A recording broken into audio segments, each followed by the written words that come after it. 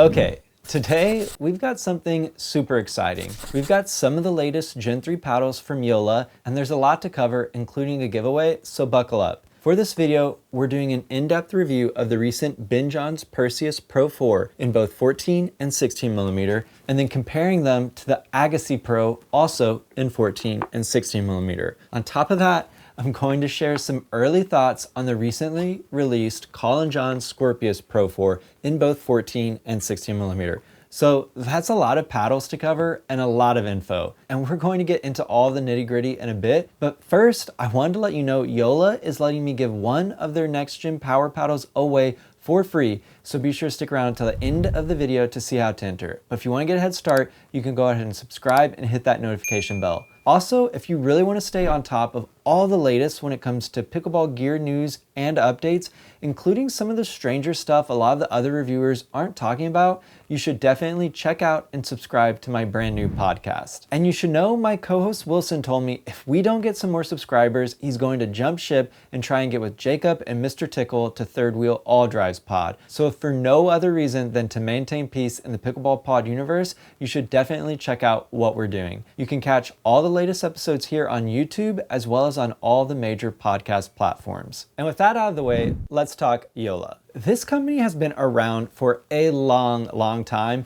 with some deep roots in table tennis dating back to the 50s. And they've been a major standard bearer for pickleball innovation for as long as I've been involved in the sport. And what sets the Pro 4 paddles apart from so many other paddles out right now is JOOLA's take on Gen 3 construction. And if you don't know what Gen 3 means or what a next gen paddle is, I covered this in detail in my carbon true foam video if you want to take a deep dive into the paddle nerd rabbit hole. But to summarize, I consider Gen 3 paddles to be paddles that utilize additional foam inside their cores compared to typical Gen 2 paddles, which usually only have a single ring of hard form around the core's perimeter. And this additional foam inside Gen 3 paddles typically leads them to hit harder than Gen 2 paddles. And JOOLA has actually been doing this for a while now and has pushed the boundaries of the kind of power they can get with this design to the point that USAP pretty much had to change how they test and regulate paddles. And while JOOLA is still using what they call their propulsion core design in the Pro 4s, they've made some tweaks compared to the Mod TA and UPA only certified 3S paddles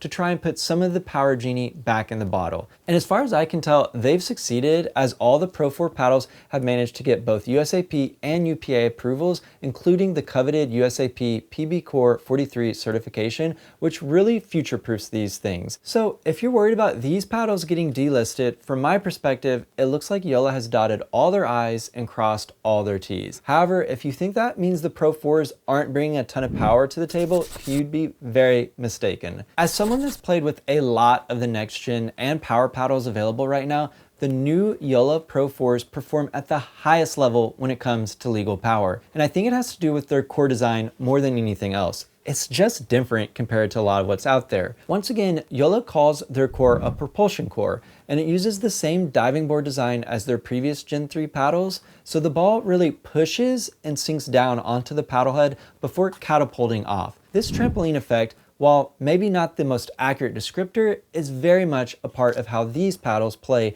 just like the previous models. Compared to Honolulu's Gen 3 J2K Plus and J2 Ti Plus, for example, Gen 3 paddles that also use 2 rings of different kinds of foam around their cores, just like the new JOOLA's, but Honolulu's isn't a floating core design configuration. JOOLA's diving board design has the core material run down through the handle, allowing for a very different touch and feel when compared to the floating cores seen in other Gen 3 paddles. And we'll talk more about that soon. But first, let's go over the specs of the BenJohns Perseus Pro 4 in 16mm. Like I said, this paddle is 16mm thick with Gen 3 construction and a diving board core design. It's an elongated paddle coming in at 16.5 by 7.5 inches with a 5.5 inch handle and a 4.25 inch grip circumference. The average weight is 8.1 ounces, which is pretty light for a Gen 3 16mm paddle. And then Dinkbase doesn't have the Pro 4 stats posted just yet. However, I averaged Pickleball Studio, John Q, and Pickleball Effects swing weight measurements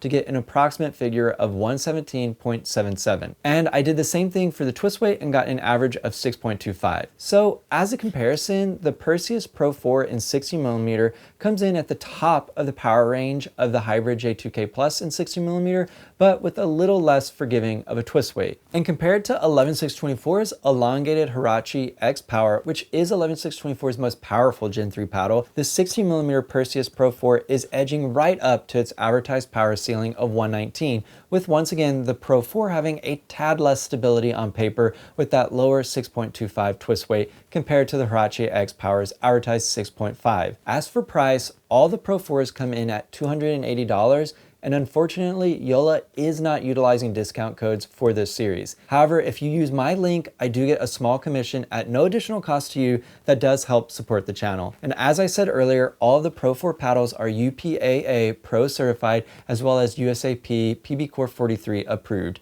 so very much future-proof for folks concerned about tournament play. Additionally, I wanted to note that there is a 6-month warranty on the Pro 4 paddles, but if you follow the registration process once you get your paddle, you can extend that warranty to 1 year. So definitely don't forget to do that. And before we talk performance, let's go over the 14mm version specs really quickly as well. The 14mm Perseus Pro 4 is pretty much the same as its beefier 16mm sibling, but with a slightly lighter static weight at 7.9 ounces. And once again, I averaged the stats from Pickleball Studio, John Q, and Pickleball Effect to get an approximate swing weight of 114.7 and an approximate twist weight of 6.02. So this version has the power dialed down compared to the 16mm 117.77 swing weight, with the twist weight and stability also taking a bit of a hit on paper compared to the 16mm 6.25. However, that smaller sweet spot isn't something I noticed at all while testing these paddles. And the only other change to note is that the handle is slimmed down a bit to 4.125 inch circumference. Aside from that, this version has the same warranty and approvals with the same $280 price tag. And once again, JOOLA's not doing discount codes for this line, but if you do use my link, I will get a small commission at no extra cost to you that goes directly to supporting the channel. And now let's talk performance. Okay, these paddles really surprised me. To me, they have all the control of 11624's new Power Series, which are some of the most controllable next-gen paddles that I've tested, with the put-away power of Honolulu's next-gen paddles, which is the real standout feature of that line, in my opinion. So that's a freaking awesome combo. Like, so much so, I'm still having a hard time processing how JOOLA was able to achieve this. As for which one of these two paddles I preferred, I found myself choosing the 14mm version over the 16mm version more often than not, as its power was dialed back a bit, and the 16mm was often just too much for my personal preference. However, I still played with both versions a ton, and for some reason, Los Angeles has been getting some crazy wind lately,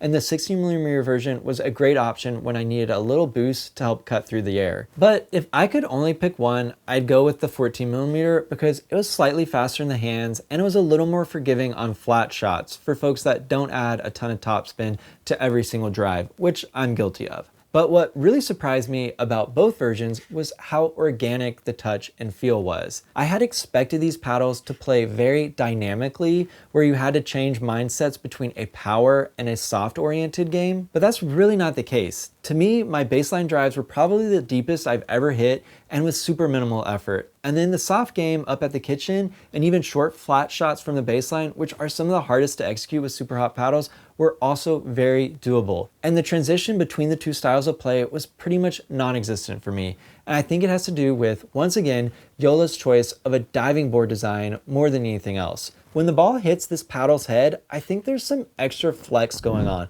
like with the diving board, and the ball dwells for a substantial amount of time before shooting off. And that pause when the ball dwells on the paddle's head is there for all of your hits, whether you're readying yourself for a hard drive or prepping for a soft dink or reset. And because you always have that little pause to add spin or do whatever you want, you don't ever feel like you're having to fight with your paddle to get control over the ball. You're able to be super consistent with how you manipulate the ball, no matter the kind of hit. And I should emphasize, the ball's got a ton of spin coming off the face after that bit of dwell. To say it another way, the ball's getting some spring after making contact and then resting on your paddle for a beat before it shoots off as the result of that diving board design. Now, would I describe this as a linear paddle or as a dynamic paddle? This question is hard to answer. I'm really not sure at this point. I'm starting to think all next gen paddles are in a different category of touch and feel because of this new kind of dwell that just wasn't present with Gen 2 paddles. That being said, I do not think you'll find yourself having to play two types of games with this paddle. That dwell time is very consistent, which lets you have a consistent style of play, in my opinion. Okay, I know that was a lot, but there's more. BenJohns isn't the only big name with a paddle at JOOLA right now. They now have tennis legend Agassi sporting a paddle in their arsenal as well. And the impression I get from everything on social media is that he was very much involved with its design. Also, if you don't know who Agassi is or anything about his story, it's definitely worth clicking over to Wikipedia. He's had quite a life, to say the least. As for his paddle, I want to start with the Agassi Pro in 16mm. On paper, it's very much like the BenJohns version, except JOOLA calls its surface treatment textured carbon fiber instead of carbon friction surface. To me, they seem to have very similar grab and bite on the ball, so I'm not sure if there's an actual difference beyond the name they're using. Just seems like raw carbon fiber with a similar peel ply treatment to me. There is a slight difference though on swing weight and twist weight. Once again, Dinkbase didn't have updated stats on these either, so I went with Pickleball Studios numbers. He got a 117 swing weight and a 6.17 twist weight for the Agassi Pro in 16mm, so it's got just about the same amount of power on paper as the BenJohns in 16mm, with just a tad lower twist weight. However, I personally don't think the Agassi is any less stable, which might be because of its super unique shape, and we'll talk more about that in a bit. I should also point out that Chris over at Pickleball Studio actually got to play with Agassi and has a video of it on his channel, and it's definitely worth checking out. The thing that stood out to me was just how chill Agassi seemed to be. A legit Olympic gold medalist and certified sports legend just hanging out with some paddle nerds and having a good time playing pickleball. I mean, you've got to love how this game brings together the oddest groups of people. As for the Agassi Pro, it's built just the same as the BenJohns with that Gen 3 propulsion core and has all the same warranties and pricing. And once again, JOOLA isn't doing discount codes, but if you end up making a purchase and use my link in the description, I will get a small commission that goes directly to supporting the channel. And before we dive into how the Agassi paddle stacks up against the BenJohns, let's look at the Agassi Pro in 14mm as well. It's built just the same as the 16mm with pretty similar stats. This time I had to use Pickleball Effects measurements, and he got a 116 swing weight and a 6.02 twist weight. So this one has a bit more power than its BenJohns 14mm counterpart, but with the same twist weight. And like the 14mm PerseusPro 4, this one also has that slimmer handle with the 4.125 inch circumference. And then the same core design, approvals, warranty, and $280 price tag. Okay, these perform super similarly to the BenJohns versions. However, this shape is designed to increase stability and make the sweet spot easier to grab. And while it's hard for me to confirm if it's a lot better than the BenJohns version in that department, I can say I tended to choose the Agassi over the BenJohns, once again in 14mm. As someone that's typically a hybrid lover, this shape with its arrow curve at the top and the pulled out shoulders at the bottom, which is a similar strategy to Honolulu's famously stable J2 shape, just really fit my particular style. Also, that little bit of extra reach coming from it being fully elongated never seemed to make the paddle drag for me. Probably because its silhouette has been whittled away to push through the air more like a tennis racket, I imagine at Agassi's direction. And what all that adds up to is a paddle that's just a lot of fun to hit with. So much so, I could see myself potentially maining the 14mm version. Once again, the 16mm is just probably too much juice for me, and I would have to be careful about some of my flatter hits. But if you're looking for maximum power, that's the one you'll want to consider. The only potential drawback of the Pro 4s in general, performance-wise, is that the trampoline effect, which I'm starting to really think might be a term best reserved for only floating core paddles rather than the design JOOLA's using, will potentially take some time to get used to in hands battles and firefights in particular. That's really the only time I noticed the dramatic ball pocketing being a bit of a mind trick, at least for me. Because outside of firefights, you've got so much time to add spin and do whatever you want with that extended dwell, you can really get used to having extra time to think and to place and do whatever you want when you make initial contact with the ball. But when the back and forth gets really intense and super fast during a firefight at the kitchen with short hits, the ball does shoot off your paddle face way quicker than a rally with more distance on the court. Think about how you might bounce on a diving board when doing a short hop. The board stays more rigid and you don't sink in as much. which is a lot different than when you do a big jump and sink way down. That being said, I think it's something I could get used to, but it would just take some time. And as I kind of already hinted at, the benefit is that you can shoot back at bangers with just as much fury and intensity as even the hardest hitters with one of these in your hands, even if that style of play doesn't come naturally to you. And I want to add, I still wouldn't classify any of these paddles as requiring two mindsets. The feel off the face is just too consistent for me to categorize them in that way. And before I answer which is better between the BenJohns and the Agassi, I want to highlight the overgrips I use with these paddles. They're from a company called Bodhi. You can get a pack of 4 for less than 10 bucks after you use promo code MatthewK, and I just think they're some of the best overgrips you can find. For the longest time, I thought I was ride or die Tourna Megatac because I've always loved having my hand pretty much glued to the paddle grip, but I've grown to really like how Bodhi's overgrips feel. They're less tacky than what I'm used to, but with a bit more cushion. And I found them to perform and hold up really well.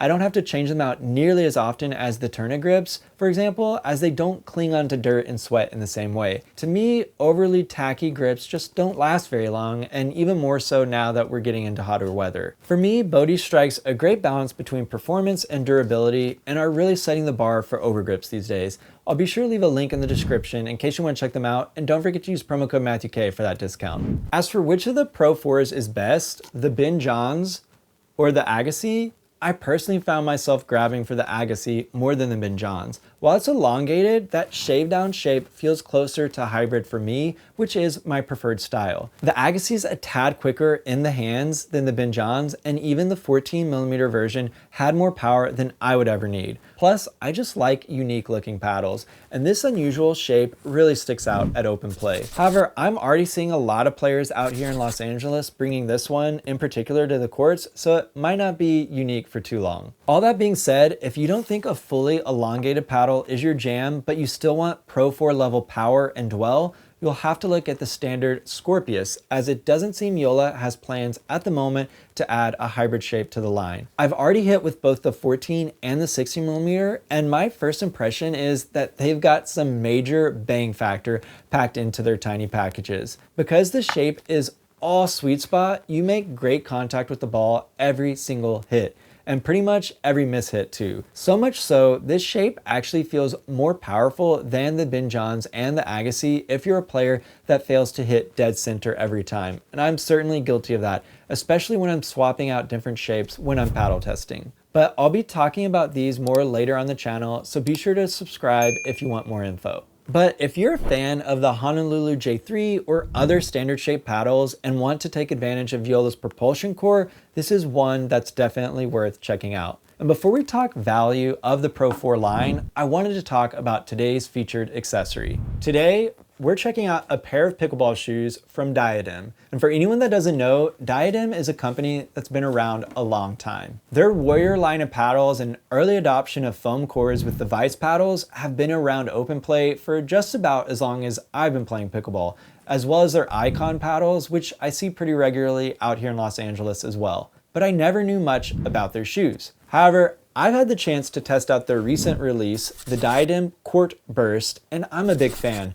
And anyone that's watched my channel knows I'm a longtime fan of Winner's Edge P38 pickleball shoes, which I've already reviewed. I just think there are real advantages to choosing shoes specifically designed for this sport, where there's a lot of sidestepping and short bursts compared to many other sports. And that's where the P38s really shine. However, I don't think everyone is a fan of the P38's bulkier design, which are probably best suited for doubles where there's much less quick footwork compared to singles. I think the P38's ankle support and rigidity is more like an old school basketball shoe, whereas I think Diadem's take on pickleball shoes with the CourtBurst are much more in line with traditional tennis shoes, which makes sense as these appear to be marketed for tennis as well. For me, these shoes felt very quick because of the reduced bulk. However, it doesn't appear that it's at the cost of shoe longevity, which is one of the most important things to me when it comes to pickleball shoes. I really like how the toe box is protected with a rubber fitting that seems super durable, but they took care to only place the rubber where you might drag your toe rather than adding unnecessary weight and making it the entire front of the shoe. As for the rest of the shoe's build, it's constructed from a breathable fabric that seems once again super durable. There's no specific part of this shoe that seems like it will wear out super quickly, which is once again something I look for with pickleball shoes. Also, the back of the shoe has a raised lip that makes putting on and taking off the shoes super easy, so no shoehorn needed with these. As for the soles, they've held up super well so far, and I'll be sure to pin a comment if they seem to wear out really fast. So far, so good. And then these do utilize some sort of EVA foam in the heel, but I'd say you still feel very secure and close to the ground, even with that added foam. These don't feel like Mizuno's or are super squishy, which I think is a good thing for dedicated pickleball shoes, as I like to feel my feet contacting the ground. I also really appreciate that Diadem has some non-white options. I really don't like white pickleball shoes myself because they just get dirty way too fast out here on all the not so clean courts I typically play at in Los Angeles. Lastly, I'd say these shoes are pretty true to fit, with the midsection maybe leaning slightly wide, but not by much. As for value, after promo code Matthew K knocks off 10%, these only cost $135, which is right in line with other pickleball shoes. However, Diadem did just post on their site pre-orders for a new model called the Court Flow, which are only $103.45 after promo code Matthew K, which seems like a really good deal as well. I'll try and get a pair and follow up with how they compare, but on paper I'd say the CourtBurst here are probably a little better for folks looking for maximum speed and maneuverability. However, if you're a more casual player focused on dinking that takes their time moving up to the kitchen, the upcoming Court Flow shoes might be worth checking out as well. And that's all I've got. Diadem has been around a while now, and I'm glad to see they're not resting on their laurels and are still pushing the envelope on the innovation front. I'm currently testing some of their paddles, and they're putting some cool tech in their gear that I'm really excited to talk more about, so stay tuned. Okay, now it's time to talk value when it comes to JOOLA's Pro 4 line, and this is probably the trickiest section of a review I've ever done. For me, I've always focused on value forward gear, and in the past, that's meant paddles that offer something innovative but with a price tag that hovers at the $150 mark or even up to $175.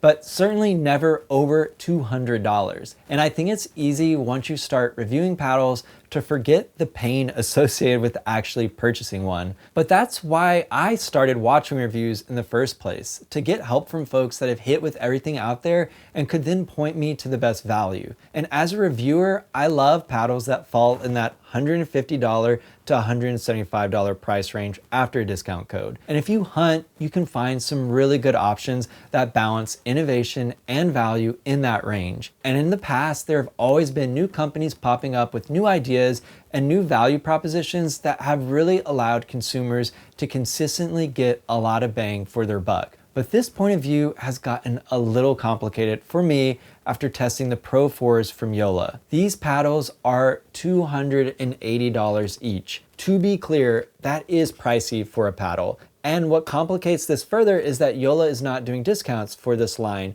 so the sticker price is the actual price, $280. For $10 more, for example, you could get 2 Honolulu J2K Pluses after promo code Matthew K, and while not quite as inexpensive as Honolulu's next gen paddles, 11624's power paddles are substantially lower priced than JOOLA's as well, once again after promo code Matthew K. So JOOLA's new paddles are not for budget paddle hunters. They are not for the kind of player I was when I first started watching YouTube reviews, for example. And if that's you as well, these paddles may not be the best choice. Fortunately, there are plenty of great options for folks working with a limited budget, and I cover a lot of them on the channel, so definitely dig around. However, if price is not an issue, if you're a retiree talking about your stock portfolio at open play, which is a big topic of conversation whenever I'm waiting for a morning game out here in Los Angeles, and you're not strapped for cash with plenty of expendable income, I wholeheartedly recommend these paddles. I've never hit with something quite like these.